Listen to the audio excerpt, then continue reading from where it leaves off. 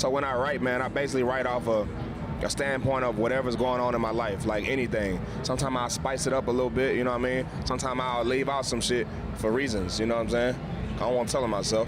You know what I'm saying? What are some of the things that motivate you maybe outside the music and the normal hustles? Anything outside that folks would maybe necessarily think might motivate you? Oh, man, my babies, man, like that's like the number one thing in my life. Over everything. Even over music, you know what I mean? But I understand art, you know what I mean? I understand that, you know, you gotta have something, a drive. That's like my drive, you know what I mean? My babies, because they gotta have, and I want them to, they gotta have a million times more shit than what I had, you know what I mean? And I refuse to let them go through the shit that I went through, because I went through some shit, bro. Too much, you know what I'm saying? How old are your kids? 1, 2, and 3. Oh shit! Back to back. Back to back, man. 3-peat right here. 1, 2, and 3. Yeah, back to back, man. Them kids, bro. I'm sure at the moment of the first kid, it just gave you extra motivation, extra push. Like, damn, now I gotta really fucking push for this. It's different, man. Yeah, it's just different. All different. So tell us what we should be looking forward to, like in regards to like music, new music coming out, new albums, and then also you're gonna be sending us some unreleased tracks, right? Yes, I am. All right. I got you. Yeah, I got y'all. I got y'all. Now, so the JdaGr8 album got 50 tracks on it. A lot of people like in the industry, because I've had probably about, I don't know, like 7 major label meetings. They all say the same thing. Like, why would you drop 50 tracks? Your one project had 50 tracks? Yeah. Oh, that's crazy. That's my album, my debut album. That's the JdaGr8 album. That's amazing, bro. Every meeting that I've had with them, they all say the same thing. Damn, why would you do that? You know what I mean? And I knew that they was coming from a point as we could have busted this down for a whole year. 5 different albums. This is like 5 years of work or 2 years of work. But you know, and I always respond to them simply like, you know, they say you miss 100% of the shots you don't take. I'm not in the business of taking 2 shots, bro. I'm gonna take 50 out the gate.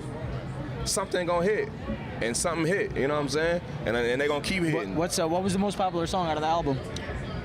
Before, or the one that like the ones that the crowd like reacted with the most, in a sense, and your fans. Oh man, I don't know, bro. Like, it's something it's whatever I run. You know what I mean? I just pick it and be like, I'm gonna run this today. Pronto. I've been running Pronto a lot lately. I've been running Percentage a lot lately. Can I Trust You? I barely perform that one, but I've been running that a lot lately. It's just whatever I perform, man. And that's why I did that. I also did that because it's something that'll last forever.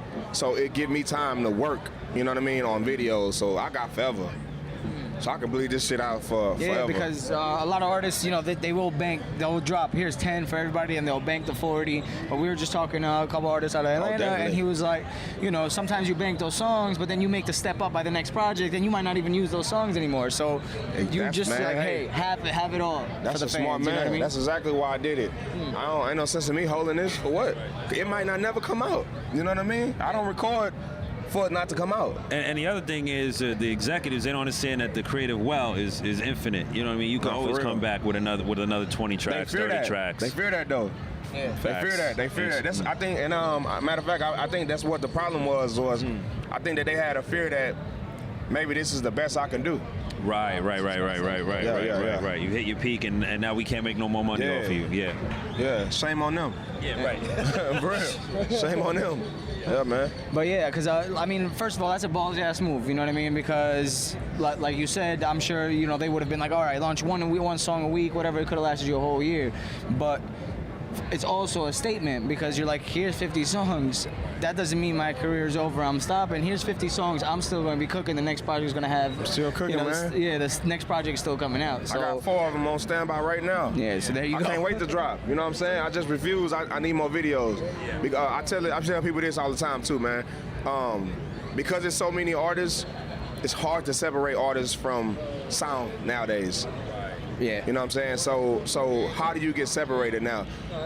Individuality, your personal presence, music videos. You know, then they'll see, you can sound like this man, but okay, let me go check. Cause you know, come on, man, you can't tell me that Future the only person in the world that sound like Future.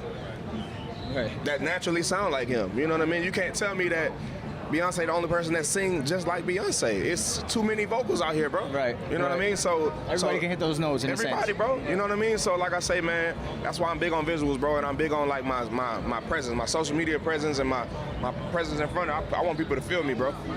Tell me a little bit about like the Houston scene and the Texas scene in general. Like, how is it? How easy is it to collab with other artists? Do people tend to work together, or do they like stray apart? Like, how does that work? Houston scene's trash. Very, very, very, very trash. I don't even indulge in it. Big up to all the artists that's doing whatever they're doing in Houston. I don't pay attention to it at all. You know what I mean? Because it be like that. You know, it like everybody want to be the next person to go somewhere, but they got a fear of if this man be the next person, then they won't ever make it. And you know, I just don't even play with it. I know what I'm gonna do.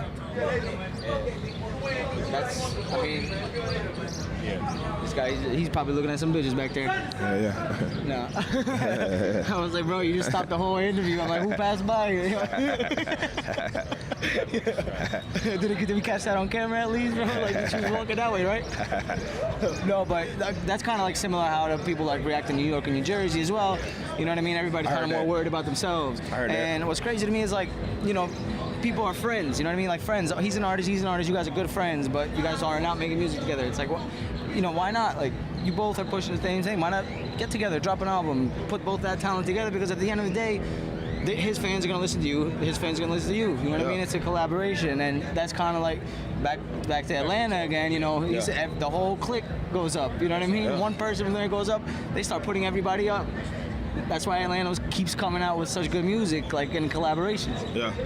Tell us about your live shows, because I've seen your videos. Your videos look like live performances, pretty much. Yeah. Tell us about the energy. How do you get ready for yourself to get out there and give the crowd what they want? Man, I really don't get ready. I just let it flow, man. I just let it flow, bro. Like I said, I be natural. When I rap, I talk. That's it. I tell you how I feel, you know what I'm saying? Exactly like what I'm saying, and it's the same way when I perform. Whether if I'm performing in front of 3 people, 10 people, or 10,000 people, and I did it. As a matter of fact, one of these shows, it had like 12 people there. I performed there, and it's the exact same night I performed with like 500 people there. It was the exact same. It didn't make me a difference. Same performance. Exact same. It didn't make me a difference. Because that doesn't matter to you. You got to go and you're going to put your product out there, basically. Yeah. I like that. Yeah. So let's wrap it up and give all your plugs, your shout outs and whatever, and tell everybody where they can check out your music. Shout out to my guys, first and foremost, man. Shout out to New York. Appreciate you. Yeah, New Jersey. Shout out all that shit out, man, for real. Shout out Houston, too. Shout out Junior, man. Junior. Big shout out Junior, man. Shout out Mel, because Mel linked me with Junior. That's how it works. It's like a chain. It's beautiful. But what's it called? Butterfly effect. One thing affects the other. Come on, man. But it only works like that when it's good people around good people. Right. You know what I mean? Other than that, it'll stop somewhere, and that was it. But yeah, shout out to everybody. Shout out to my kids, man. You know, shout out to my squad, man. 2 Rich for life.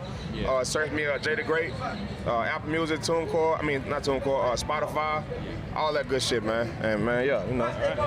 Appreciate it. Thank you, man. Thank you for this. All right.